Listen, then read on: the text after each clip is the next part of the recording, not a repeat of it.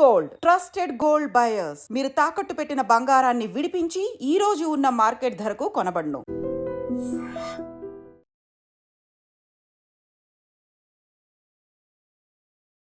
Welcome to iDream. It's me Anusha కుమల్. ఇవాళ మన గెస్ట్ ప్రముఖ న్యాయవాది నాగేశ్వర పూజారి గారు ఉన్నారు, వారితో మాట్లాడదాం. నమస్తే సార్.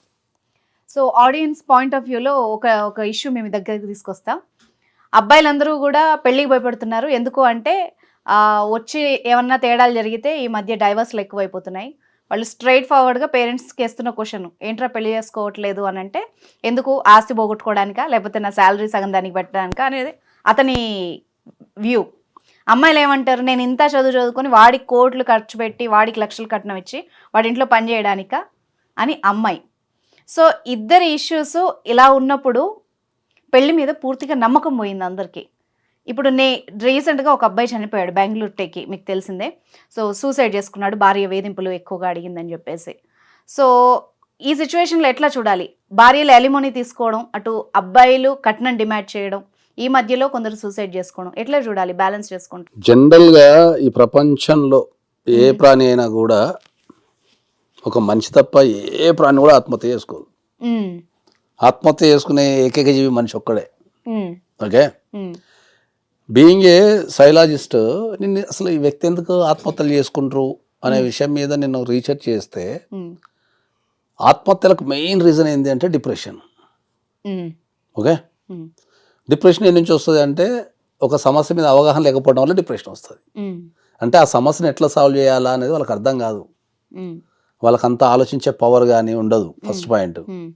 రెండోది, పక్కన నిలబడి వాళ్ళతో మాట్లాడగలిగే ఓపిక ఎవరికి లేదు ఇప్పుడున్న జనరేషన్లో.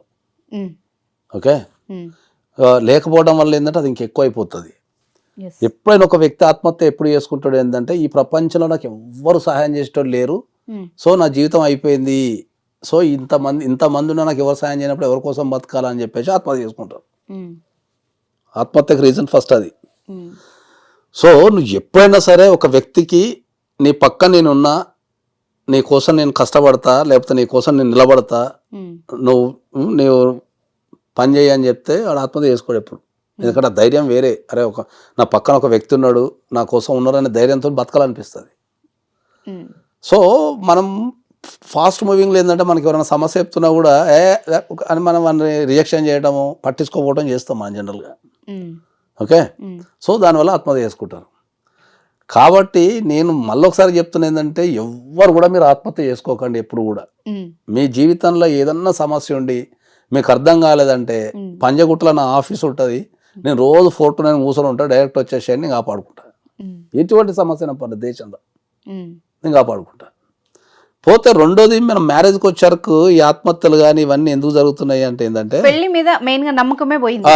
అయితే పెళ్లి మీద నమ్మకం పోయిందంటే, మొన్న నాకు ఒక one of the top most person, అంటే మంచి ఇండస్ట్రీలో టాప్ మోస్ట్ పర్సన్, అసలు పెళ్ళి అంటే ఏం సార్ అని అడిగాను.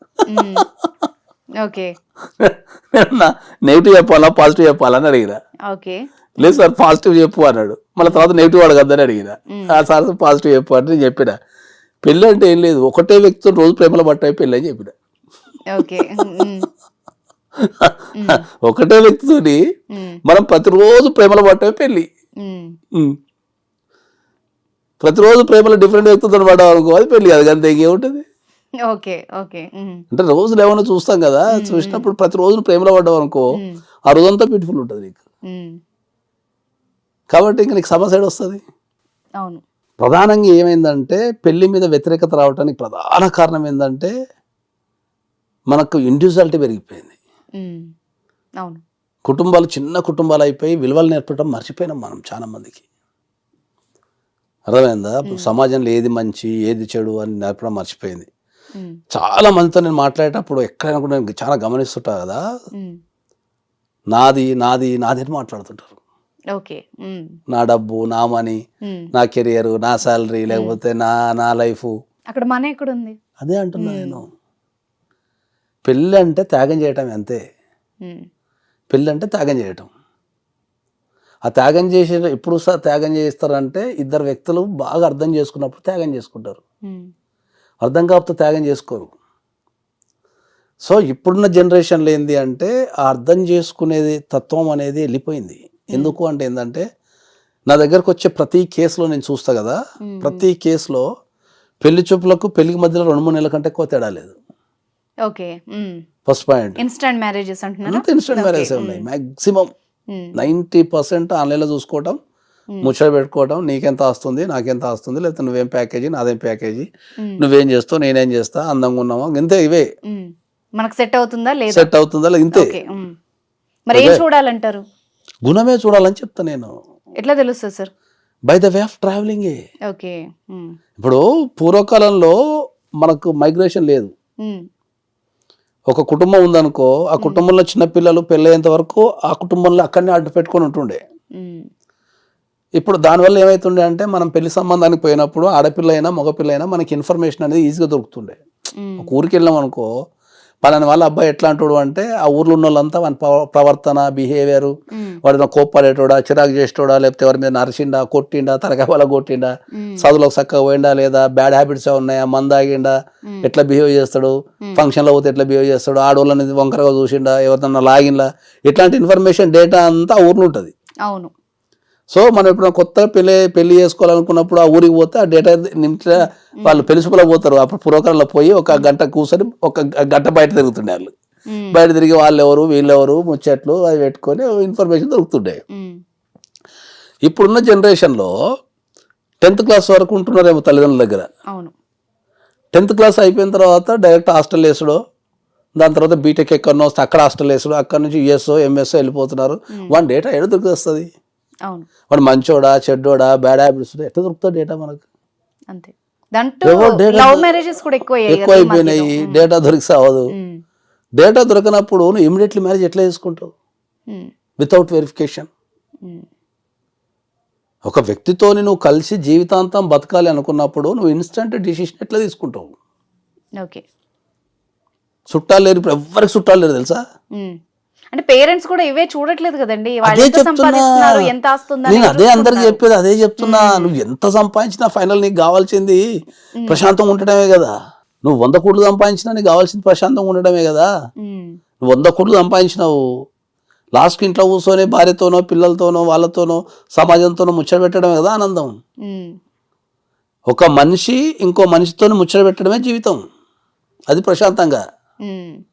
నువ్వు 100 కోట్లున్నా రూపాయి లేకున్నా నీకు అది ఉంటే సరిపోతుంది జీవితానికి. ఇప్పుడు నువ్వు ఆ మనిషితో ఇంకో మనిషితో మాట్లాడే టైమే ఇవ్వనికి లేదు దేశంలో. ఎవరి ఫోన్లో వాళ్ళు ఉంటున్నారు, ఎవరి దాంట్లో వాళ్ళే ఉంటారు, ఎవరి కెరీర్ వాళ్ళే అనుకుంటున్నారు. మీ దగ్గరకు వచ్చే కేసెస్ సార్ డివోర్స్ లో ఎలాంటి రీజన్స్ చెప్తారు? మోస్ట్ ఎక్కువ వచ్చే రీజన్స్ ఏంటి? ఎక్కువ వచ్చే reasons interference of the parents. Parents. Okay. Third person involvement ఎక్కువ. 2 ఇల్లీగల్ అఫైర్స్. 3 డబ్బు. ఓకే. ఫస్ట్ దానికి ఏముంటుంది? Interference of the parents. ఇంతకుముందు పూర్వకాలంలో సపోజ్ ఒక పల్లెటూరులో ఒక పెళ్లి జరిగింది అనుకుందాం, భార్య భర్తలు బతకడానికి హైదరాబాద్ వచ్చిన అనుకుందాం, ఓ 30 సంవత్సరాల క్రితం. వీళ్ళిద్దరు ఇక్కడ గొడవ పడ్డారు. అప్పుడు కమ్యూనికేషన్ చేయాలంటే ఎక్కడుంది? వీళ్ళు గొడవ పడ్డోళ్ళు ఏం చేస్తుండే? కమ్యూనికేషన్ లేకపోతుండే తల్లిదండ్రులతో, చెప్పడానికి ఎవరు లేరు చెప్పడానికి, ఇజ్జత్ పోతుంది అని చెప్పేసి ఏం చెప్తుండే? ఏ వ్యక్తి గొడవ పడ్డా తాత్కాలికంగానే ఒక 3 రోజులకో 4 రోజులకో మాట్లాడుకోకుండా అటో ఇటో తిరుగుతుండే. తర్వాత వాళ్ళే రియలైజ్ అవుతుండే, అరే నేనేమో తప్పు చేసినేమో అనవసరంగా. ఒక 3 years టైం ఇస్తే అట్నే వస్తుంది ప్రతి ఒక్కరి ఫీలింగ్. భార్యనో భర్తనో ఎవరో ఒకరు రియలైజ్ అవుతుండే, అరే నేను అట్లా అనాల్సింది కాకుండానేమో ఆవేశంలోనేమో అని మెల్లగా కలిసిపోయి మళ్ళా సంసారాన్ని జీవిస్తుండే. So where there is no interference of the parents, ఎక్కడైతే లేదో లైఫ్ ప్రశాంతంగా ఉన్నది. ఓకే. సో ఇప్పుడు సేమ్ సిచ్యువేషన్ ఇప్పుడు పెట్టేసాయి. వీడు తిట్టకముందే కదా కాల్ చేస్తూనే ఉంటారు 20 మందికి, చూడు వాట్సాప్లు, తర్వాత live locations, video calls. Record చేసుకోవాలా? దాన్ని ఇమీడియట్లీ రికార్డ్ చేయాలి. దాన్ని అమ్మో సాక్ష్యం మిస్ అవుతుంది, వీడు అరిసింది నేను రికార్డ్ చేయాలని. ఎవరు ప్రశాంతంగా ఉన్నారు దేశంలో? ఒక విషయాన్ని కన్ఫర్మ్ చేసుకోవాలంటే ఫోన్ చేసి రికార్డు బటన్ నొక్కి అన్ని అడుగుతున్నారు. నువ్వు కన్వర్సేషన్ ని ఎంజాయ్ చేస్తున్నావు. ఏమైనా ఎదుటోడు దొరుకుతాడా రికార్డ్ చేయాలా, ఎదుటోడు దొరుకుతాడు రికార్డ్ చేయాలనే కాన్సెప్ట్లో తిరుగుతుంటే నువ్వు జీవితాన్ని ఎక్కడ ఎంజాయ్ చేస్తావు నువ్వు? సో వీళ్ళు పేరెంట్స్ ఏంది, అమ్మో నా బిడ్డకి ఏమైపోయిందో, నా కొడుకు ఏమైపోయిందో అని వీళ్ళు ఆందోళన చెందిపోయి ఓవర్ ఇంటర్ఫరెన్స్ అయిపోయి అట్లా చెయ్యి ఇట్లా చెయ్యి అట్లా చెయ్యి ఇట్లా చెయ్యి అని వాళ్ళు కొంతమంది పెద్దగా అయిపోతున్నారు. రెండోది ఇల్లీగల్ అఫైర్స్. ఫోన్ లేనప్పుడు ఇల్లీగల్ అఫైర్ ఎవరైనా పెట్టుకున్నా ఏదైనా కారణం వల్ల దొరికినా వాళ్ళిద్దరిని కొట్టి పెళ్లి చేసేటో పంపిస్తుండే. విడదీయడానికి ఈజీగా ఉండేది. విడదీయడానికి ఈజీగా ఉండే, వాళ్ళు కలవడానికి ఆప్షన్ లేదు అప్పుడు, ఎందుకంటే సెల్ ఫోన్ లేదు కదా. ఒక అమ్మాయికి పెళ్లి చేసి పక్క ఊరికి పంపించేస్తే ఆ ఊర్లో ఉంటుండే. పెళ్ళైన కొత్తలో ప్రేమికుని మర్చిపోలేక ఏడుస్తుండే. అప్పుడు అక్కడ వాళ్ళే అనుకుంటుండే, అయ్యో ఇల్లు కొత్త ఇంటికి వచ్చింది కదా, చిన్నప్పటి నుంచి అక్కడ పెరిగింది కదా, కొత్త ఇంటికి వచ్చింది కదా, కొత్త వాతావరణం కదా, నిద్ర పడతాం లేదేమో, ఆహారపు అలవాట్లు వేరే ఉంటాయి, కల్చర్ కొద్దిగా డిఫరెన్స్ ఉంటుంది కదా, అడ్జస్ట్ కాలేకపోతుందేమో, హోమ్ సిక్ ఏమో అనుకొని వీళ్ళు చదవకపోతుండే. సరిపోయింది. వీళ్ళకి ఇటు చదవకపోతుండే, అవి ఏడ్చుకుంటూ కూర్చుంటుండే. ఓవర్ ద పీరియడ్ కాలం అన్నింటినీ మార్చేస్తుంది కాబట్టి ఓవర్ ద పీరియడ్ మెల్ల ఆ కుటుంబంలో కలిసిపోతుండే. సేమ్ సిచ్యువేషన్ మళ్ళీ ఇప్పుడు తీసుకొచ్చేసాను. ఏముంటది ఇప్పుడు cell phone. Okay, cell phone లో సెల్ ఫోన్ లో ఖాళీలు ఉన్నప్పుడు ప్రేమించుకుంటారు. ఇక్కడ పెళ్లి జరుగుతుంటే కూడా వాళ్ళు టెక్స్ట్ చేసుకుంటుంటారు లైవ్. ఇప్పుడు 1 3 వేసిండు, ఇప్పుడు 2 3 వేసిండు, ఇప్పుడు 3 3 పడ్డది, సాయంత్రం హనీమూన్కి పోతాను పండగ అని ఆ బెడ్రూమ్ ఫోటోలు కూడా పంచుకుంటున్నారు. మళ్ళీ అవతల నుంచి ఇద్దరు రాత్రి శోభనం ఎట్లా జరిగింది, బాగా జరిగింది అని దాని కూడా చర్చ ఇద్దరు. ఎవరు ఎక్స్లు కనెక్షన్ కట్ అయింది. దానికోసం మొబైల్ తెల్లవార్లు అంటు పెట్టుకోవాలా, పక్కలకి ఇవ్వద్దు, బాత్రూమ్ పోవాలా, రాత్రులు దొంగతనంగా లేవాలి. ఈ బతుకంతా దొంగ బతికే కదా. దొరికితే ఇంకొక ఏదో ఒక రోజు ఇప్పుడు వేరే ఒక రోజు రంగున SMS టింగ్ చూస్తే కదా వాళ్ళు వచ్చి అడ్వకేట్ ఆఫీస్లో కూర్చుంటారు. ఇంకో ప్రాబ్లం కూడా సెల్ ఫోన్ తోని. చెప్పండి. ఇంతకుముందు రాత్రిపూట ఏమైనా గొడవలు అయినాయి అనుకో, భార్య భర్తలకి ఏదో నా విషయం మీద కొట్టుకున్నారు అనుకుందాం, ఇంతకుముందు ట్రాన్స్పోర్ట్ లేకపోతుండే రాత్రిపూట, పొద్దుల మొత్తం బట్టలు చదువుకోవాలని చెప్పి అనుకుంటుండే, పొద్దుగల కల్లా మర్చిపోతుండే. ఇప్పుడు నా అదృష్టం ఏం తెలుసా నీకు, రాత్రి 2 గంటలకు మనం వెళ్ళిపోవాలని ఇట్లా కొట్టినా కూడా ఊబర్ రోడ్ మన పక్కనే తిరుగుతుంటాడు, ఎప్పుడు ఎక్కుతారా అని చెప్పి. రెడీగా అట్లా నువ్వు మొబైల్ వేయగానే ఇక్కడనే ఉన్న మేడం వచ్చేయండి ఎక్కేసి అని తీసుకొస్తున్నాడు. ఇంకా వీళ్ళు ఆవేశం ఎప్పుడు తెల్లారుతుంది. ఇప్పుడు భర్తలు ఉన్నారు, ఇంత ముందు మనకు హోటల్స్ లేకపోతుండే, సచ్చుకుంటా పిల్లగా ఉండాలా. అప్పుడెప్పుడు 1 month ఒకసారి ఏదైనా ఊరికి పోయినప్పుడు తింటుండే మనం. ఈ డైలాగ్ సినిమాల్లో ఉంటది, ఏడిపోతాడులే కడుపుగా వెళ్తే ఇంటికి వస్తాడు. ఇప్పుడు ఇద్దరు కూడా పెట్టుకుంటున్నారు ఒకటే ఇంట్లో, స్విగ్గీలు జొమాటోలు ఎవరికి వచ్చిన పసాలు తీసుకుంటారు, తింటున్నారు, ఎవరి బెడ్రూమ్ లో పడుకుంటున్నారు. టెక్నాలజీ మనిషి జీవితాన్ని ఎంతగా నాశనం చేసిందంటే ఉంటారే. అదే చెప్తున్నా కదా, మనిషి ఒక మనిషికి అటాచ్మెంట్ అవ్వాల్సింది పోయి ఒక మిషన్ కి అటాచ్మెంట్ అయిపోతున్నాడు. మిషన్ కి అటాచ్మెంట్ అయిపోయిన తర్వాత ఇంకో మనిషితో మాట్లాడలేకపోతున్నాడు. That is the problem in the nowadays the country facing that. టెక్నాలజీతోని మనం రోబోల కింద మారిపోతాం. ఇంకా నాకు తెలిసి ఇంకో 20-30 సంవత్సరాలకు రోబోల కింద మారిపోతాం మనం. ఇప్పటికే ఎఫెక్షన్ లేదు, ప్రేమ లేదు, ఒక నిలబడతాం పోరాడదాం అని చెప్పేటోళ్ళు లేడు. సమాజం అయితే కంప్లీట్ బాధ్యత మర్చిపోయింది. కంప్లీట్ ఎవరు ఒక మూమెంట్ ఎంజాయ్ చేస్తలేరు. అసలు ఎక్కడ కూడా ఒక మూమెంట్ ఎంజాయ్ చేసే పరిస్థితి లేదు. ఇంతకు నేను మొన్న పుష్ప 2 సినిమాకి పోయినా. సినిమా ఇట్లా స్టార్ట్ అయింది, థియేటర్లో ఎంత మంది ఉన్నారో అంతమంది సెల్ ఫోన్లతో దాన్ని చిత్రీకరించారు. స్టేటస్ పెట్టుకోవాలి. నేను ఒక్కనే ఫోన్ పక్కన పెట్టి అరే అమ్మ ఇదేంటో అందులో సినిమాకి వచ్చిందా మొత్తం థియేటర్ మొత్తం పెట్టేసి కెమెరాలు. వాడు సినిమా చూడటం బంద్ చేసి ఏది సీన్ వస్తుంది రికార్డ్ చేస్తున్నాడు, స్టేటస్ పెడుతున్నాడు, రికార్డ్ చేస్తున్నాను.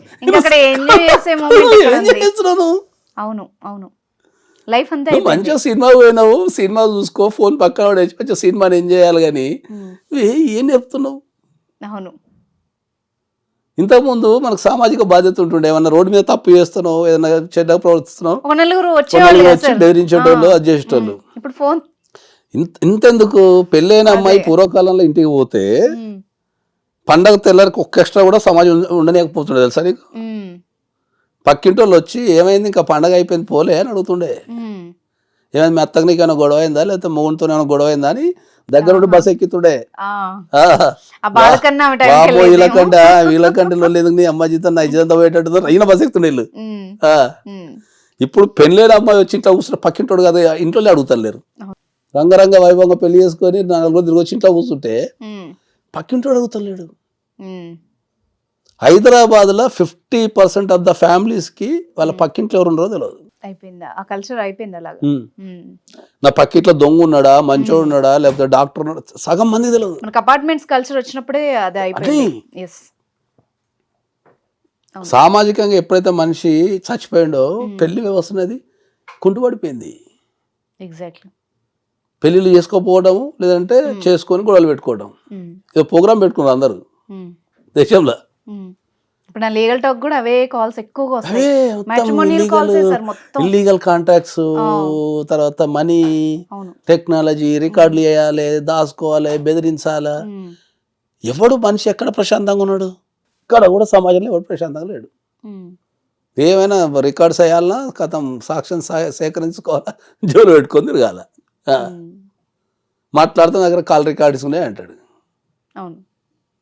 వ్యవస్థ పెళ్ళి ఇప్పుడున్న, నేను ఆల్రెడీ కొన్ని 100 సార్లు చెప్పిన, ఫ్యూచర్లో ఒకప్పుడు వీరబ్రహ్మం గారు చెప్పినా కానీ నేను ఇప్పుడు చెప్తే పెళ్లి గురించి నువ్వు ఇది రాసుకో, ఇంకా 10 సంవత్సరాల తర్వాత చూడు ఇది జరగబోదని అన్నాడు. ఎలా ఉంటుంది అంటారు? 10 సంవత్సరాల తర్వాత అమ్మాయిలు ఎవ్వరు పెళ్లి చేసుకోరు, అమ్మాయిలు. ఇప్పటికే సగానికి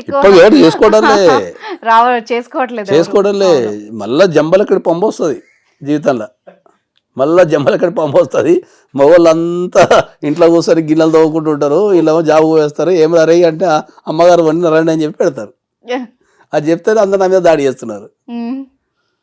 ఫ్యాక్ట్ మాట్లాడితే దాడి చేస్తున్నారు. కొంత జాగ్రత్త పడాల్సిన వాడు దేశంలో. అరే ఇంటంటారా నాయన, ఎవడు ఇంటలేడు. మీరే ఎక్స్పర్ట్, ఎందుకంటే మీరు చెప్తేనే తెలుస్తుంది. ఎక్కడ ఉన్నది చాయిస్? మగవాని చాయిస్ వెళ్ళిపోయింది. మగవాళ్ళకి అసలు చాయిస్ లేదు ఇప్పుడు, అంతా ఆడవాళ్ళ చాయిసే ఉన్నది. వాళ్ళు చెప్పినట్టు ఏంటి, ఏమైనా తిండి పెడుతున్నారు, మంచిగా ప్రేమిస్తున్నారు, మంచిగా ఉంటున్నారు. చెప్పినట్టు ఏమైనా దొబ్బారు అంటారు, కథం అయిపోయింది. పక్కన వాడు రెడీగా ఉంటున్నాడు ఎప్పుడు.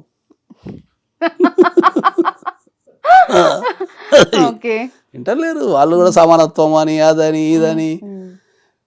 వాళ్ళు కాలు ఎప్పుడైతే బయట పెట్టేసిందో, వాళ్ళకి ఎప్పుడైతే ఇండివిజువాలిటీ వచ్చేసిందో, కానీ ఇంకా ఆలోచించట్లేదు కదా సార్, చాలా మంది మగవాళ్ళు అలా ఆలోచించట్లేదు కదా. ఇప్పుడు ఆలోచించడం లేదంటే నేను నా జీవిత చరిత్ర చెప్తా. నేను ఫుల్ మేల్ జనరల్గా, నేను బై స్వతహాగా నేను లాలో ఉన్నా కాబట్టి రోజుకు ఒక 100 మందిని కలుస్తా కాబట్టి కలిసి కలిసి కలిసి కలిసి కలిసి నా వ్యవస్థ మారిపోయి నేను మేల్ డామినేటెడ్ వ్యవస్థ నుంచి ఫిమేల్ సపోర్టింగ్ వచ్చేసిన, ఫెమినిజానికి వచ్చేసిన. అంటే ప్రపంచంతో మార్చే, అంటే ఇని అసలు ప్రాక్టీస్ అంతా అర్థమైపోయింది. ఇప్పుడు నేను లాలు ఉన్నా కాబట్టి అర్థమైంది. ఇప్పుడు లాల లేకుండా నేను కూడా మేల్ డామినేషన్ ఇవ్వండి, ఎవరిని పడతాను తిట్టుకుంటానో, ఏది చేసుకుంటే మొగడో గొప్ప అనో మీసాలు తీసుకుంటే తిరిగేటోడిని. కాబట్టి మనం ఆడవాళ్ళని అర్థం చేసుకోవడం తప్ప చేయగలిగింది ఏం లేదు. ఇప్పుడు నా తిరుగుతారు, మళ్ళీ మా దగ్గరికి వస్తారు.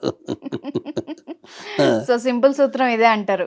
నేను మొన్న ఒకటి నా సొంత ఛానల్ ఒకటి పెట్టిన, 10 సంవత్సరాల తర్వాత అమ్మాయిలు దొరకరని పెడితే, నన్ను అయితే మొగ జాతి అంతా ఆడుకున్నది చూడు, అరే భయ్ నువ్వేం మాట్లాడుతున్నావు అని. మొన్న అది ఒక శికనామిక్స్ అనే పదం చెప్పిన చాలా మందికి. అది వెల్స్ ఫార్గో అని ఒకటి ఫైనాన్షియల్ ఇన్స్టిట్యూషన్ ఉంటుంది. వాళ్ళు రీసెర్చ్ చేసిండ్రు అసలు భారతదేశంలో ఏం జరుగుతున్నది, ఫైనాన్షియల్ వ్యవస్థ మీద రీసెర్చ్ చేస్తే ఆ రీసెర్చ్లో చాలా స్పష్టంగా చెప్పిండ్రు 2030 కల్లా. ఇప్పుడు ఎక్కడో 24 అయిపోయింది, 24 అంటే 25 అయిపోయింది, ఇంకా 5 years. 2030 కల్లా శికనామిక్స్ అని మీరు ఆన్లైన్లో కొట్టండి, రిపోర్ట్ వస్తుంది, సర్వే రిపోర్ట్ వస్తుంది. భారతదేశంలో ఉన్న దగ్గర 5 లక్షల మంది అమ్మాయిలని సర్వే చేసిన తర్వాత వాళ్ళు రిలీజ్ చేశారు దాన్ని మొన్న. శికనామిక్స్ 2030 కల్లా భారతదేశంలో ఉన్న 50% ఆఫ్ ద అమ్మాయిలు వివాహం చేసుకోవడానికి ఇష్టం లేదు, వాళ్ళు ఒంటరిగా జీవించడానికి ఇష్టపడుతున్నారు. That is the survey. ఇప్పుడు సిటీలో ఆల్రెడీ ఆ కల్చర్ ఉంది. సర్వే అదే మొగడైతే ఒక స్వేచ్ఛ ఎట్లా కోరుకుంటున్నారో సేమ్ ఆడవాళ్ళు కూడా అట్నే. నేను వాని కింద బతికేది ఏంది, నా సంపాదన నేను సంపాదించుకుంటున్నా, నాకు నచ్చినట్టుంటా, నచ్చినట్టు సినిమా చూస్తా, నచ్చినప్పుడు నిద్ర పోతా, నచ్చిన పని చేస్తా అని వాళ్ళు కూడా సేమ్ అంటే తయారైంది. ఎవడన్నా మంచుకుంటూ ఉంటాడు లివ్ ఇన్ రిలేషన్షిప్లా, లేదంటే మెడలు బట్టి నూకేద్దాం, కథం అయిపోయా. సో ఆలోచించి జాగ్రత్త పడాల్సిన అవసరం ఉందేమో కదా. ప్రపంచం మొత్తం మన భారతదేశం మొత్తం కుటుంబాలతో సహా ఆలోచించకపోతే వ్యవస్థ కుంటుపడిపోతుంది. సో ఇంకా పాతకాల ఆలోచన లేకుండా కొంచెం ఆలోచించాలి ఇప్పటికన్నా. ఇంకా ఇంకొక 5 సంవత్సరాలు పోతే అసలు ఇప్పుడు నాకు తెలిసిన వాళ్ళే ఒక 10-15 మంది యూత్ పెళ్లిళ్ళు లేకుండా తిరుగుతున్నారు. అవును, సింగిల్స్ చాలా మంది అయ్యారు సార్. అవును, మా ఇంట్లో కూడా ఒకరు 2 ఉన్నారు. అరే నాయన చేసుకోరా అంటే అవసరమా మాకు ఇదంతా తిరగాలనా అని. క్వశ్చనింగ్, లేట్ వస్తే క్వశ్చనింగ్, ఎన్నో సో ఎవరు మారాలంటారు సార్? ఇంత చెప్పారు కదా, సమాజమే మారాలా. ఆ సమాజంలో ఎవరు మళ్ళీ యూత్ మారాలా సమాజం లేకపోతే అంటే పేరెంట్స్ తల్లిదండ్రులు మారాలా? నేర్పాల పిల్లలకి, Yes. తల్లిదండ్రులు పిల్లలకు నేర్పాల ప్రతి చిన్నప్పటి నుంచి. ఉమ్, ఇద్దరిని సమానంగా పెంచాలా, నేర్పాలా, ఉమ్, ఒక సామాజిక పరిస్థితులు మారినాయనే విషయాన్ని చెప్పాలా. ఉమ్, ఇప్పుడు మొన్న కేరళలో ఒకటి స్కూళ్ళల్లో అబ్బాయి ఇంటి పని చేస్తున్న ఫోటోలు పెట్టారు. Um, so domestic work is both the parties. Um, కిచెన్లో పని చేయడం ఆడవాళ్ళే అనుకుంటున్నారు కానీ అట్లా లేదు. yes, కిచెన్లో మగవాళ్ళు కూడా పని చేయాలా. ఇప్పుడు మన మగవాళ్ళకి సంబంధించి హాలిడేస్ ఇస్తున్నారు, పెటర్నిటీ లీవ్స్ ఇస్తున్నారు. అవును, సో ఇప్పుడు both are equal. Um, equal respect ఇవ్వాలా, ఫైనాన్షియల్ ప్లానింగ్ ఈక్వల్గా చేసుకోవాలా. ఉమ్, అది ఎప్పుడైనా ఏమవుతుంది అంటే గొడవ ఎప్పుడైతుంది అంటే దోసుకోవడం స్టార్ట్ అయినప్పుడు గొడవ అవుతుంది, ఆడోళ్ళు కానీ మొగుళ్ళు కానీ. ఓకే, సింపుల్ లాజిక్ అది. ఉమ్, ఇప్పుడు వైఫ్ పని చేస్తుంది అనుకో, ఉమ్, ఆమెకి ఇచ్చే రెస్పెక్ట్ ఆమెకి ఇచ్చి ప్రేమతో లాక్కుంటే జీతం ఇచ్చేస్తుంది. ఉమ్, ఎంతవరకు ఆమె కంఫర్ట్ అయిపోయిన తర్వాత మిగతా ఇది వేయాలి. ఉమ్, మన వాళ్ళు ఏం చేస్తారు, మొత్తం దాడి చేసేస్తారు, దాన్ని మొత్తానికి త్వరగడదామని చూస్తారు. ఉమ్. సీన్ రివర్స్ అయిద్దేమో. ఒక నెల చూస్తారు, 2 నెలలు చూస్తారు, 3 నెలలు చూస్తారు, తర్వాత ఏం రాబోయింది తెల్లవాళ్ళు కష్టపడితే నీకు ఇచ్చేది అది అంటారు. ఎస్,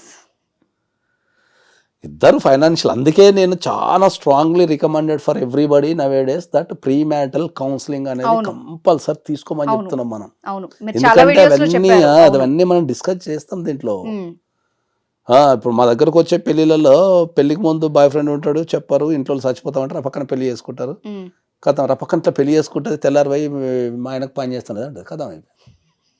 అది ఎవడు ప్రూవ్ చేయాలి ఇప్పుడు దాన్ని? వీడు అంటాడు సార్ ఏడా సార్ పెళ్లికి వచ్చి పక్కన వెళ్ళిపోయింది సార్ అని వీడు మొత్తుకుంటుంటాడు. ఉమ్. ఇంకా మళ్ళీ వెళ్ళి మీ ఆఫీసులో కూర్చోవడం మళ్ళీ వచ్చి మా ఆఫీస్లో కూర్చుంటారు. మళ్ళీ ఎంక్వైరీ చేస్తే బాయ్ ఫ్రెండో గర్ల్ ఫ్రెండో ఉంటారు.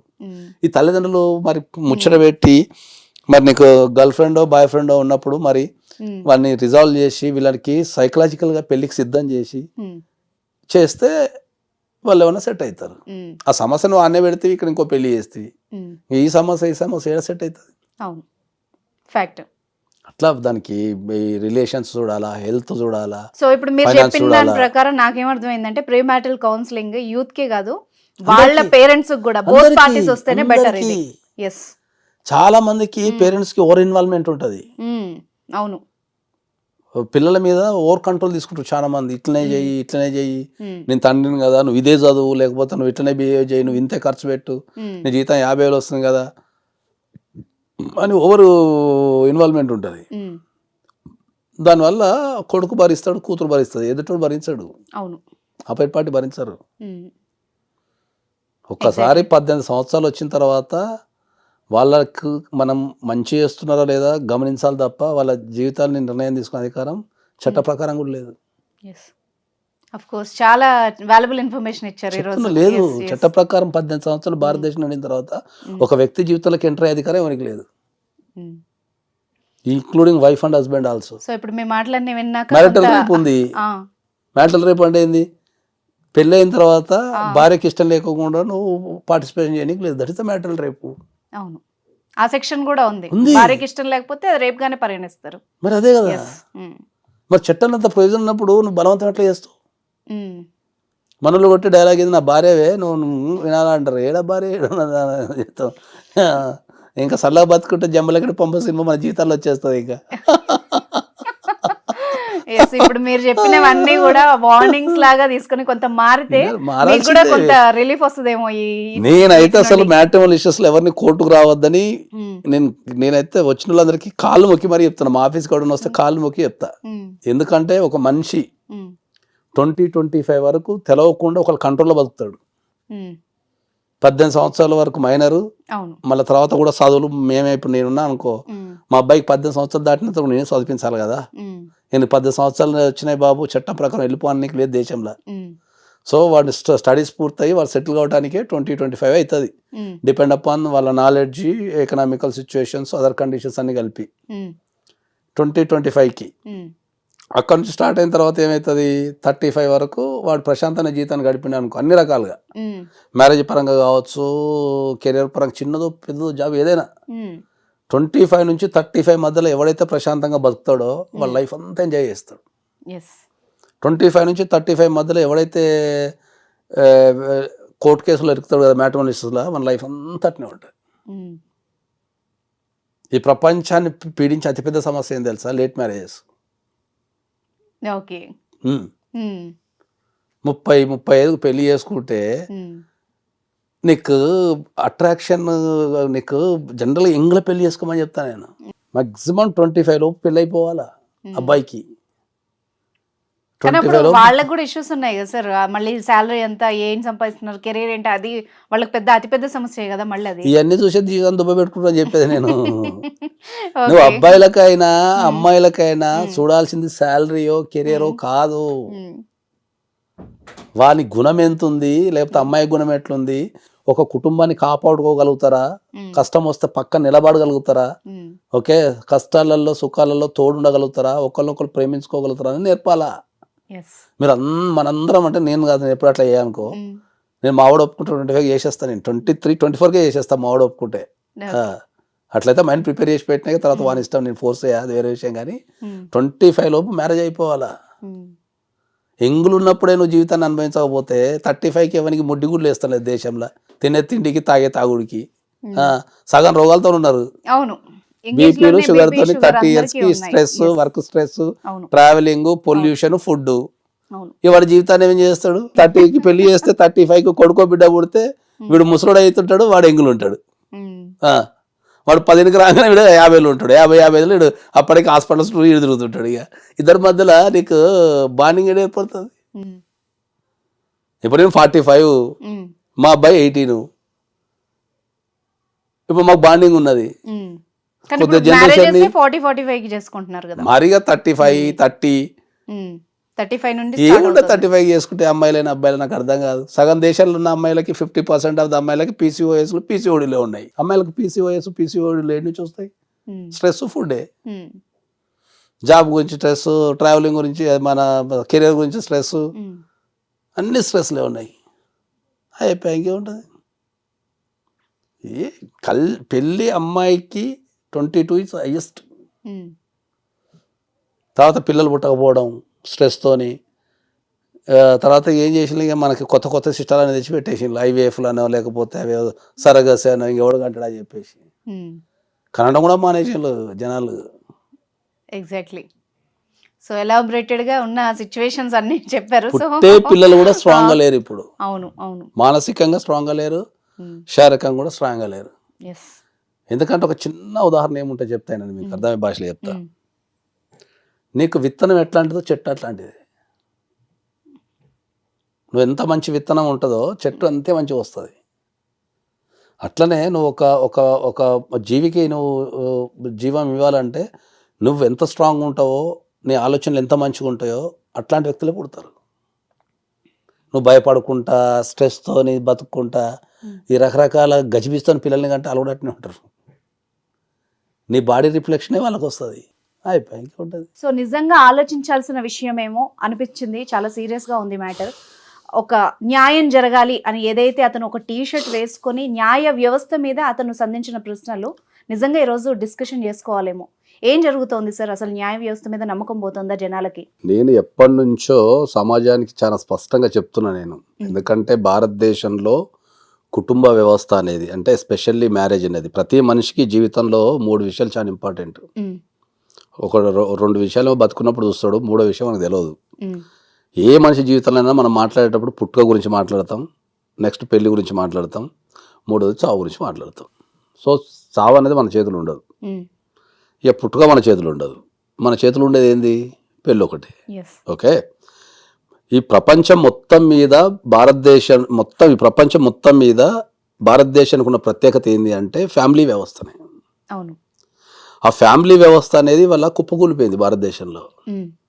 చాలా మంది ఇప్పుడు, అంటే ఇది నేను చెప్తే అందరు దాడి చేస్తుంటారు, కానీ ఇప్పుడున్న యూత్ ఎవరైతే ఉన్నారో, ప్రజెంట్ జనరేషన్ ఎవరైతే ఉన్నారో, చాలా మంది అమ్మాయిలు కానీ అబ్బాయిలు కానీ పెళ్లికి వ్యతిరేకంగా ఉన్నారు.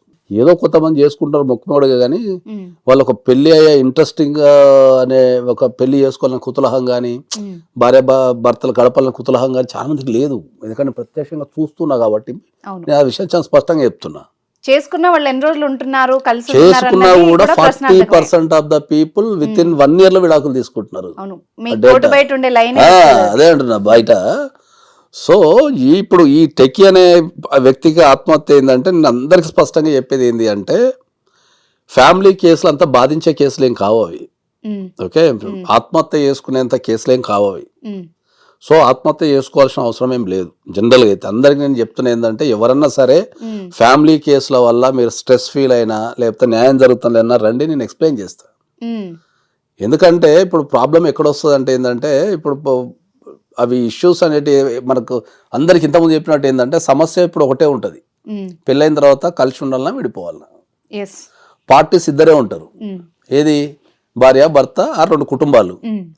కానీ వీళ్ళ మధ్యలో ఉన్న గొడవ అయితే పడే కేసులు 6-7 ఉంటాయి. ఓకే, ఇప్పుడు సుభాష్ విషయంలో కూడా 9 కేసులు అదే అదే చెప్తున్నా. ఇప్పుడు ఎందుకంటే వ్యవస్థ ఎందుకు మ్యారేజ్ కి వ్యతిరేకంగా ఉన్నారు అంటే ఏంటంటే ఇప్పుడు పెళ్లి చేసుకున్న తర్వాత ఇద్దరు వ్యక్తులు విడిపోతే ఒక అమ్మాయి ఒక ప్లేస్ లో ఉంటే ఒక అబ్బాయి ఒక ప్లేస్ లో ఉంటే చట్టాల ప్రయోజనం ఏముంది అంటే అమ్మాయి ఎక్కడ ఉంటే అక్కడ కేసులు పెట్టుకోవచ్చు.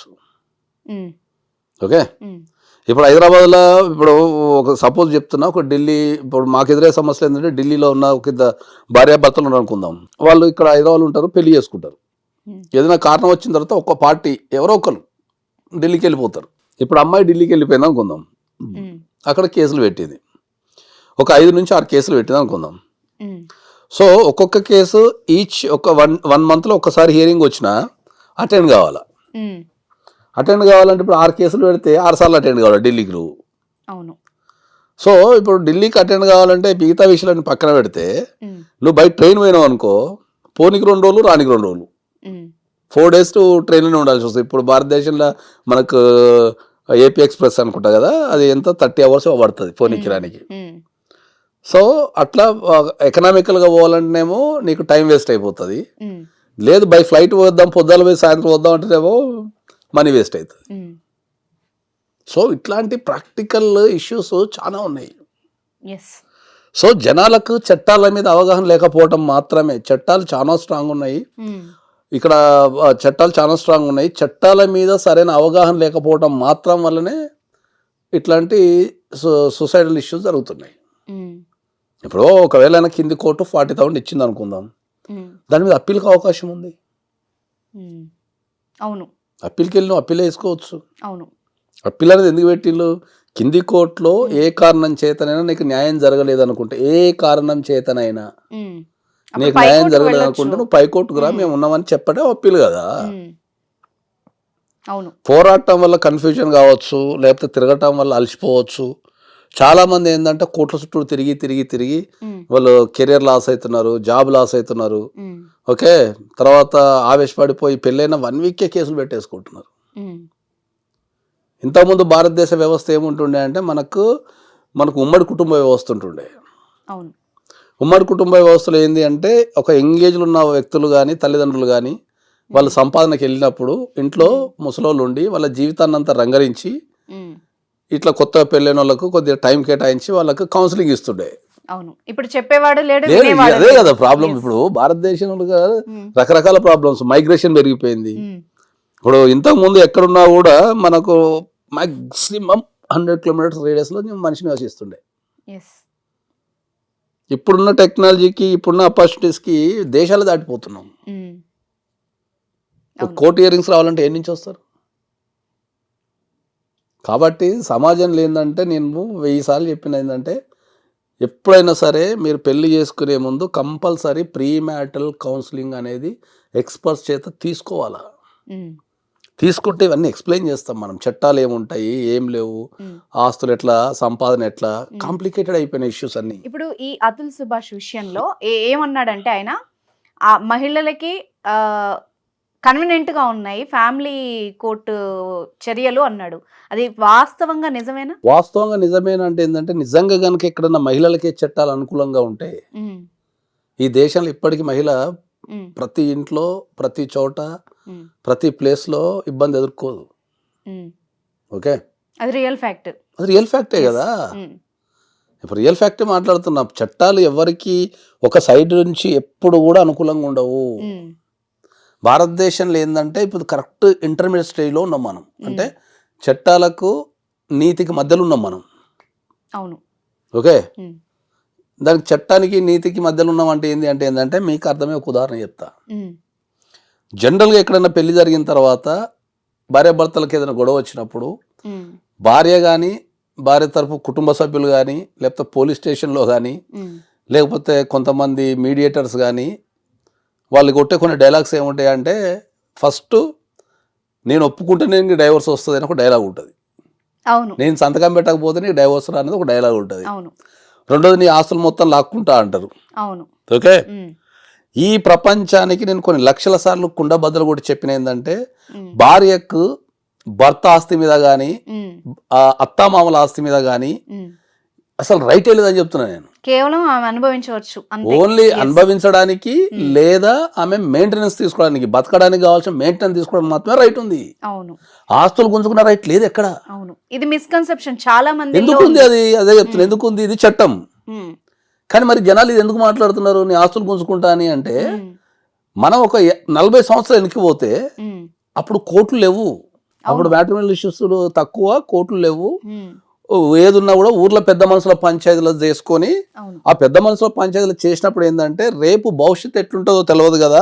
ఈ అమ్మాయి ఇంకో పెళ్లి చేసుకోవచ్చు, చేసుకోకపోవచ్చు, లేకపోతే వాళ్ళకి ఏమైనా పెళ్లి ఖర్చు అయి ఉండొచ్చు కదా అని పెద్ద మనుషులందరూ సమాజంలో సమానత్వం కోసం ఏంటంటే ఎంతో కొంత ఇచ్చి పంపించేటోళ్ళు అమ్మాయికి. ఇప్పుడు ఊర్లో ఉన్న 1 ఎకరం పొలం తీసుకోపో అంటే అప్పుడు మనీ ట్రాన్సాక్షన్ లేదు. అవును, ఫ్యాక్ట్ ఇది. అప్పుడు ఏమంటుండే, అరే ఆ ఊరు అనుకున్న పొలం 1 ఎకరం అమ్మాయి పేరు మీద రాసేయండి, డైవర్స్ తీసుకోండి అని చెప్పి తీర్పిస్తుండే. దాన్ని చట్టాలు దాన్ని తీసుకొచ్చేసి నువ్వు చట్టాలు కాపాదిస్తున్నావు, నీ ఆస్తి గుంజుకుంటా, నీ ఆస్తి అంతా నాదే అంటే ఎవడు అసలు ఆస్తి ఎక్కడ ఆస్తి? నిజం. వీళ్ళందరికీ అర్థం కాని క్వశ్చన్ ఏంటంటే, భార్య గనక భర్త ఆస్తి మీద కానీ అత్తామామల ఆస్తి మీద కానీ రైట్ ఉంటే ఈ భారతదేశంలో ఉన్న ప్రతి మగోడు జైల్లోనే ఉంటాడు. అది నిజం. సింపుల్ లాజిక్ అది. అవును. తాళి కట్టిన తర్వాత నెక్స్ట్ అడిగే క్వశ్చన్ ఏంది, నువ్వు బాబు నీ ఆస్తులు చిట్టా చెప్పు అంటారు. నీకు నిజంగా లీగల్ రైట్ ఉంటే. ఇంకా వీళ్ళందరూ ఇంకా దేనికోసం పోరాడాలా? నీకు ఆస్తి మీద రైట్ ఉంటే నువ్వు మిగతా పోరాడాల్సిన అవసరమే లేదు. దేనికోసం పోరాడుతున్నావు నువ్వు? ఎగ్జాక్ట్లీ. ఇట్లా అంటే ఇది నీతి, ఇది చట్టం. సో దీంతో వచ్చే సమస్య ఇంకా వచ్చే క్లయింట్స్ మగవాళ్ళందరూ ఏం చెప్తారు, సార్ నా ఆస్తులు గుంజుకుంటుందంట సార్ అని చెప్పేసి అమ్మేస్తున్నారు. చాలా మంది అమ్మేసుకునేటోళ్ళు ఉన్నారు, పేరు చేంజ్ చేసుకునేటోళ్ళు ఉన్నారు, మళ్ళీ అదొక లిటిగేషన్. వాళ్ళు తీసుకున్నప్పుడు మంచిగా తీసుకుంటారు, తర్వాత గొడవ వస్తే వచ్చింది వీళ్ళు తిరుగుతున్నారు. మెయింటెనెన్స్ విషయంలో ఇప్పుడు మనకు బెంగళూరు కేసు విషయంలో రకరకాల ఇష్యూస్ ఉన్నాయి. ఓకే, మెయింటెనెన్స్ విషయంలో కూడా ఒక ప్రాబ్లం ఉంది మనకు దేశంలో. ఓకే, నేను అందరికీ విజ్ఞప్తి చేసేది ఏంటంటే, ఒకటే ఇష్యూ మీద మనం 5-6 రకాల కేసులు వేసుకుంటాం భార్య భర్తల్ది. అవును. 5-6 రకాల కేసులు వేసుకున్న తర్వాత 5-6 రకాల కోర్టులు డిఫరెన్స్ ఉంటాయి. అవును. డొమెస్టిక్ వైలెన్స్కి ఒక కోర్టు ఉంది, 498కి ఒక కోర్టు ఉంది, చైల్డ్ కస్టడీ చైల్డ్ అకౌంట్ చేస్తే ఆ కోర్టుకు వస్తుంది, మళ్ళీ కట్ చేస్తే డైవర్స్ ఒక కోర్టుకు వస్తుంది. సో ఇన్ని కోర్టులు తిరిగే బదులు ఇవన్నీ ఫ్యామిలీ కోర్టుకే ఇచ్చేసి ఒకటే కోర్టుల ఒకటే ఇష్యూ కదా, ఒకటే జడ్జి కదా, ఇన్ని కోట్లు తెప్పి అంటే ఒకటే విషయాన్ని నేను ఇప్పుడు నా దగ్గరకు ఒక డైవర్స్ కేసు వచ్చింది అనుకో, ఒకటే విషయాన్ని నేను పోయి డివిసి కోర్టులో చెప్పాలి ఒక రోజు పోయి, ఇంకో రోజు పోయి ఫ్యామిలీ కోర్టులో చెప్పాలా, ఇంకో రోజు పోయి 498 కోర్టులో చెప్పాలా, ఇంకో రోజు పోయి చైల్డ్ కస్టడీ చెప్పాలా. ఎందుకు ఇంత మల్టిపుల్ కేసెస్? ఇవన్నీ ఫ్యామిలీ కోర్టుకి అధికారం ఇచ్చేస్తే అన్ని ఒకటి దగ్గర వేసేస్తే ఆ ఒక్కరోజు వ్యవస్థ అయిపోతుంది కదా. దానికి ఎవరు పోరాడాలా? ఎవరు పోరాడాలా? మళ్ళా మెయింటెనెన్స్ వేయాలనుకో ఒక్క మెయింటెనెన్స్కి సరిపోతుంది, మిగతా అన్నిట్లో నువ్వు మెయింటెనెన్స్ వేయాల్సిన అవసరం లేదు. ఇప్పుడు ఒక అమ్మాయి ఒక భర్త మీద మెయింటెనెన్స్ కేసు వేయాలంటే 125 CRPC కింద ఒక కేసు వేసుకోవచ్చు, ఒకటే భర్త మీద 125 CRPC కింద వేసుకోవచ్చు, డొమెస్టిక్ వైలెన్స్లో వేసుకోవచ్చు. ఓకే, తర్వాత ఫ్యామిలీ కోర్టులో మన హిందూ మ్యారేజ్ యాక్ట్లో సెక్షన్ 24 కింద వేసుకోవచ్చు, తర్వాత Hindu adoption and maintenance act అని ఒకటి ఉంటుంది, దాని కింద వేసుకోవచ్చు. ఒకే అమ్మాయి ఒక భర్త మీద 4 మెయింటెనెన్స్ కేసులు వేయచ్చు. వాడు ఫైనల్గా నువ్వు బతకడానికి ఒక చట్టంలో ప్రొవిజన్ ఏం రాశారు పూర్వకాలంలో, పూర్వకాలంలో ఉన్న వ్యక్తులంతా ఏంది అంటే అమ్మాయిలు ఎవరైతే అమ్మాయిలు ఉన్నారో అప్పుడు ఎక్కువ హౌస్ వైఫ్లు ఉంటుండే, వాళ్ళకు వర్కింగ్ కల్చర్ లేకుంటుండే, అవకాశం కూడా అవకాశం లేదు. అప్పుడు ఎవరైనా ఉన్నా కూడా ఊర్లో ఉన్న పొలాలు అవో ఏవో చేసుకుంటుండే.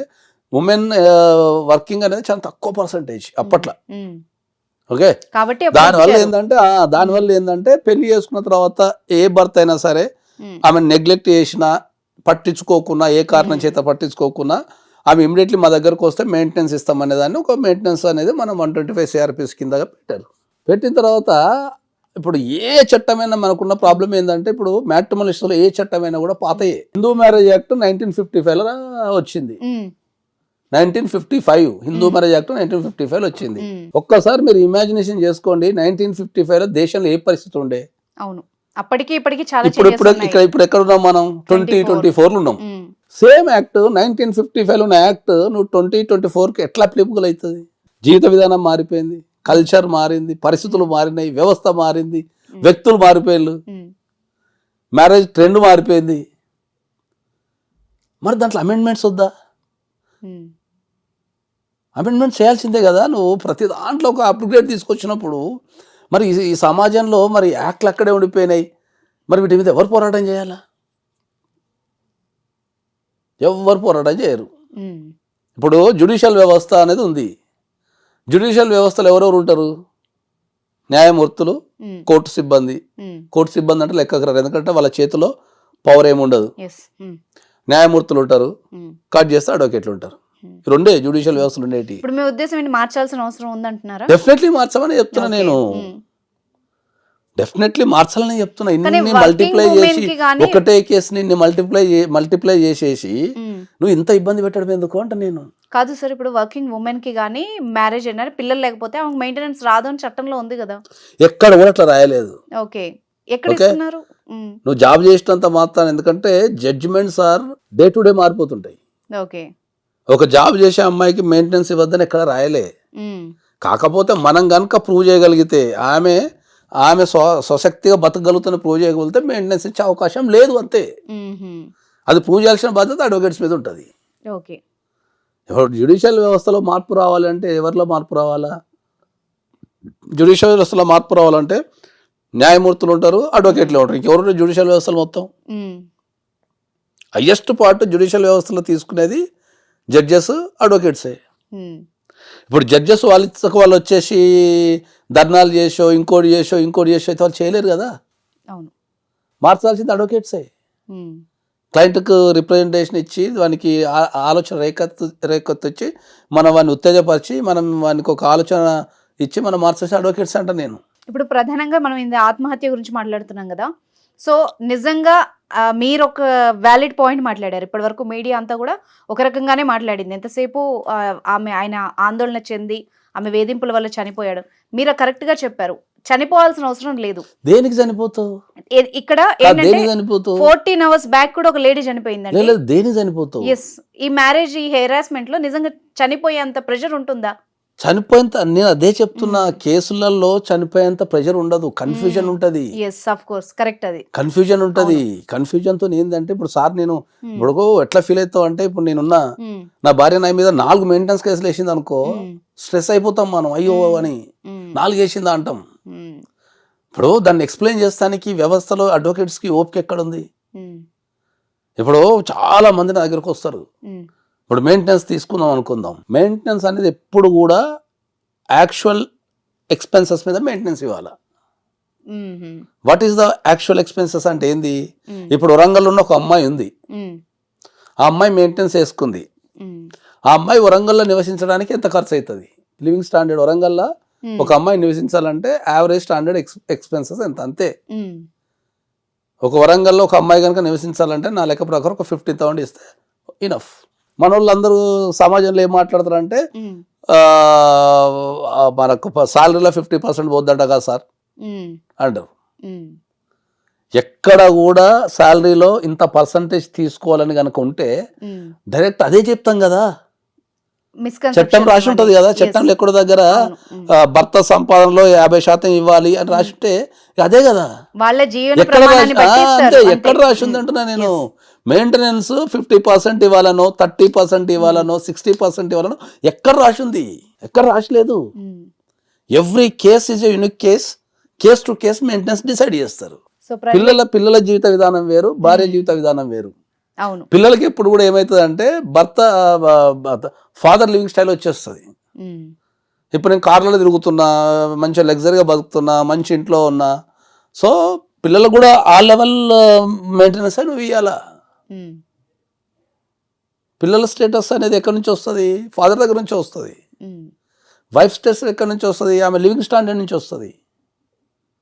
ఇప్పుడు నేను కార్లో తిరుగుకుంటా లగ్జరీగా బతుకుంటా పోయి గవర్నమెంట్ స్కూల్ వేయడానికి లేదు. నేను నా స్టాండర్డ్ తగ్గ స్కూల్లో నేను వేయాలా.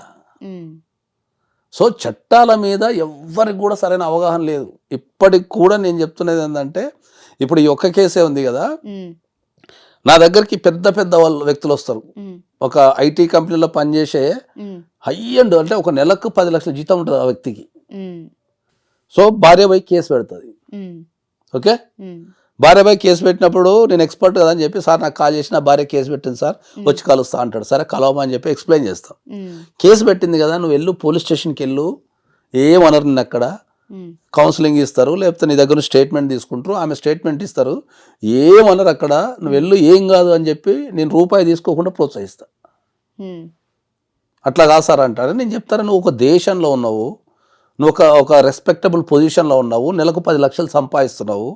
రేపు నువ్వు పోలీస్ స్టేషన్కి నేర్చుకుంటూ వెళ్తే అక్కడ వర్కింగ్ సిస్టమ్ ఎట్లుంది, ఎన్విరాన్మెంట్ ఎట్లుంది, నీకు న్యాయం జరుగుతుందా, అన్యాయం జరుగుతుందా, రేపు ఎవరికి ఓటేయాలా, ఎవరికి ఓటేయద్దు, రేపు నువ్వు ప్రశ్నించే తత్వం వస్తుంది. నువ్వు పోరా అంటే వాడు అస్సలు వాడు నీకు ఎంత కావాలో చెప్పు సార్, నేను మాత్రం పోలీస్ స్టేషన్ పోను అంటాడు. కథమే అయిపోయింది స్టోరీ. ఇంకా నాకు ఎంత ఇస్తానికి రెడీ ఉంటాడు, కానీ నేను ప్రాక్టికల్ ఎక్స్పీరియన్స్ పోయి అక్కడ చూసినా పోరా, నేను వెనక నేనున్నా, నీకు అక్కడ పోయిన తర్వాత పోలీసు వాళ్ళు ఏమన్నా నాకు ఒక టెక్స్ట్ పెట్టు, నేను ఇమ్మీడియట్లో వచ్చి వాలిపోతాడు వాడు. డైలాగ్స్ ఏముంటాయి, మా ఇంటా ఉంటా పోలే సార్ మేము పోలీస్ స్టేషన్కి, అమ్మో మేము పోలీస్ స్టేషన్ పోం సార్ అంటాడు. అరే పోలీస్ స్టేషన్ నా పాకిస్తాన్లో ఉన్నది, లేకపోతే పోలీస్ స్టేషన్ పోతారని ఊరేస్తారా? నువ్వు కట్టే ట్యాక్సులతోనే పోలీస్ స్టేషన్ రన్ అవుతుంది. నువ్వు కట్టే ప్రతి ట్యాక్స్, మనం గవర్నమెంట్ కట్టే ప్రతి ట్యాక్స్ నుంచే గవర్నమెంట్ డిపార్ట్మెంట్ రన్ అవుతున్నాయి. నిన్ను కాపాడాల్సిన బాధ్యత వాళ్ళకు ఉంటుంది. పోమంటే ఎవరు ఇప్పటికీ దేశంలో పోలీస్ స్టేషన్కి పోవటం ఈ దేశంలో ఇప్పటికీ నామోషి. చాలామందికి ఇప్పటికీ ఈ దేశంలో పోలీస్ స్టేషన్ కాల్ వస్తే వాడు ప్యానిక్ అయిపోతాడు.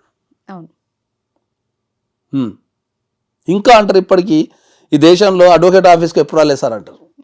అసలు మీ ఇంతవరకు మా జీవితకాలంలో అడ్వకేట్ ఆఫీస్లో మేము కాలు పెట్టలేదు సార్ అంటారు. అరే దేశంలో ప్రతి దానికి ఒక చట్టం ఉంది. ఆ చట్టం మీద మీరు అవగాహన పెంచుకోవాల్సిన బాధ్యత ప్రతి ఒక్కరికి ఉంటుంది. పెంచుకొని అర్థం చేసుకుంటే నువ్వు ఆత్మహత్య చేసుకోవాల్సిన పరిస్థితే రాదు. ఎగ్జాక్ట్లీ, అర్థమైందా? ఏం చేస్తారు మా అంటే మెయింటెనెన్స్ 40,000 వేసాను అనుకుందాం. ఇప్పుడు ఆ నుంచి అప్పీల్ పోతాం, అక్కడ నుంచి సుప్రీంకోర్టు పోతాం, రివ్యూ చేస్తారు కదా. అవును, చాలా మంది ప్యానిక్ అయ్యేది ఏంటి అంటే, మ్యాట్రిమోనల్ ఇష్యూస్ వచ్చారు, ప్యానిక్ అయ్యేది ఏంటంటే ఇష్యూ ఒకటే ఉండి కేసు 6-7 అవుతాయి మల్టిపుల్. ఎట్లా మేనేజ్ చేయాలని అర్థం కాకనే వీళ్ళు ప్యానిక్ అవుతారు. కానీ చట్టం ఎవరి సైడ్ లేదు, ఇది అందరూ తెలుసుకోవాల్సిన చట్టం ఎవరి సైడ్ లేదు, ఆడవాళ్ళ సైడ్ లేదు, మొగోళ్ళ సైడ్ లేదు. ఇలా చెప్తున్నది గట్టిగా. అవును, నువ్వు ఎట్లా రిప్రజెంటేషన్ ఇస్తావు అనే దాని మీద చట్టం ఆధారపడినది. నువ్వు యాక్చువల్ కరెక్ట్ ప్రొసీడింగ్స్ తీసుకొని కరెక్ట్ నువ్వు చెప్పగలిగితే నీకు అసలు ఎంజాయ్ చేయొచ్చు ప్రొసీడింగ్స్. నేను ఇప్పుడు సైలాజిస్ట్ అనే పదం నేను వరల్డ్ లో సైలాజిస్ట్ అనే పదం కనిపెట్టింది నేనే. నువ్వు గూగుల్లో కొట్టినా కూడా రాదు అది. దాని ట్రేడ్ మార్క్ ఉంది నాకు, 20 years of the trade mark ఉంది. సైలాజిస్ట్ అంటే సైకాలజీ ప్లస్ లా రెండు కలిపి చెప్పే వ్యక్తిని సైలాజిస్ట్ అంటారు. వాళ్ళు ఎవరు. ఇప్పుడు ఆ వ్యక్తి ఆత్మహత్య చేసుకోవాల్సిన పరిస్థితి ఎందుకు వచ్చింది చెప్పండి? పానిక్ అవ్వడమే, స్ట్రెస్ అవ్వడం, పానిక్ ఆయన పక్కన నిలబడి నేను కాపాడుకుంటా అనే ధైర్యం ఇవ్వనందుకే చచ్చిపోతాడు మనిషి. అవును అవును, కన్ఫ్యూజ్ అయి ఉంటాడు. అరే ఎన్ని కేసులు పడ్డాయి, ఎట్లా, ఏం చేయాలా? ఓకే, అడ్వకేట్స్ చెప్పుండకపోవచ్చు, ఏం కాదు నేను కాపాడుతా పో, నేను ఉన్న పోని ధైర్యాన్ని ఇవ్వకపోవచ్చు. మా దగ్గరకు వచ్చే వాళ్ళకు లా కంటే ఎక్కువ మేము సైకాలజీ పాఠాలు చెప్పాల్సి వస్తుంది తెలుసా. లా ఒకసారి చెప్తే వాళ్ళకి అర్థం కాదు. లా మెల్లమెల్లగా చెప్తా నేను. ముందు వానికి గట్టిగా స్ట్రాంగ్గా వాడిని ఫస్ట్ సైకలాజికల్గా చేస్తాం. వచ్చేటోడు మళ్ళీ లా అడగడు మమ్మల్ని తెలుసా. వచ్చి కూర్చొని కేసు గెలుస్తామా సార్ అంటాడు. అది పోతుంది అంటే ఒక వ్యక్తి వచ్చి నా ముంగడ కూర్చొని ఒక అర్ధగంట విషయాలు చెప్పేసి కేసు గెలుస్తామా సార్ అని నేను చెప్పగలిగితే నేను అడ్వకేట్ ఎందుకైతా, జ్యోతిష్కునైతా మంచిగా, లేకపోతే బాబానైతా. ఎగ్జాక్ట్లీ, ఏదో చెప్తాం కేసు కన్వర్ట్ కానీ సరే అంటాం. కానీ జనరల్గా ఏంటంటే మేము అందాజ చెప్పగలుగుతాం అంతే. మాకు ఇచ్చిన ఫ్యాక్ట్స్ని బట్టి ఓకే దీన్ని విన్నింగ్కి సంబంధించిన అంశాలు ఉన్నాయని చెప్పగలుగుతాం తప్ప ఖచ్చితంగా స్ట్రైట్ ఫార్వర్డ్ 100% కేసు గెలుస్తాం సార్ అంటాడు. 100% కేసు గెలిచేటట్టు ఉంటే నా ఫీజులు ఎంత లాక్కోవచ్చు. ఒక ఇష్యూలో ఏర్పడిన తర్వాత ఆపరేట్ని కూడా చూడాలా. ఒక కేసు చేయాలంటే 18 రకాల ప్రొసీడింగ్స్ ఉంటాయి. ఓకే, 18 రకాల ప్రొసీడింగ్స్ పూర్తయితేనే ఆ కేసు మీద మాకు అవగాహన వస్తుంది. ఇప్పుడు ఎవరైనా మా దగ్గరకు వచ్చేటోళ్ళు అన్యాయం జరిగింది అని అంటారు కదా తప్ప ఎదుటోడు మంచోడు సార్ అన్నాడు. ఎదుటోడు మంచోడు అయితే నువ్వు నా దగ్గర ఎందుకు వస్తావు?